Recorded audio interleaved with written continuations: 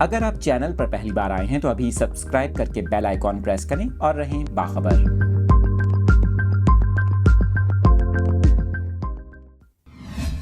آپ کے ساتھ اس خبر کی تفصیلات شیئر کر رہے ہیں۔ ماہی گیر راتوں رات کروڑ پتی بن گئے۔ بھاری مالیت کی مچھلی جال میں آنے پر ماہی گیروں میں خوشی کی لہر دوڑ گئی۔ آپ کو بتائیں، کھارو چھان کے ماہی گیر حنیف کی کشتی نے بڑی تعداد میں سوا مچھلی شکار کر لی۔ 300 سے زائد نایاب سوا مچھلیاں ماہی گیروں کے جال میں پھنس گئیں۔ کیٹی بندر کے قریب ملی سوا مچھلیوں کی قیمت کروڑوں روپے بتائی جا رہی ہے، جبکہ بھاری مالیت کی مچھلی جال میں آنے پر ماہی گیروں میں خوشی کی لہر دوڑ گئی۔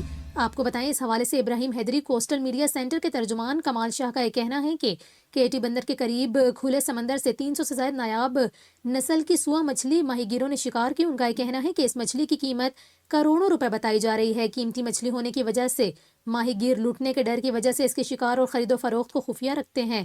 کمال شاہ کے مطابق سوا مچھلی کے پیٹ سے نکلنے والی چربی اور پوٹے سے جراحی دھاگا بنتا ہے۔ سوا مچھلی کا گوشت 1000 روپے فی کلو فروخت ہوتا ہے، مگر اس کی چربی اور پوٹے کی بہت زیادہ مانگ ہے۔ اس کے علاوہ آپ کو بتائیں کہ ٹیکنیکل مشیر WWF پاکستان محمد معظم خان کے مطابق سوا مچھلی کروکر نسل سے تعلق رکھتی ہے۔ اس کو سندھی میں سوا اور بلوچی میں کر کہا جاتا ہے۔ سوا کے مہنگے ہونے کی وجہ اس میں موجود پوٹا ہے۔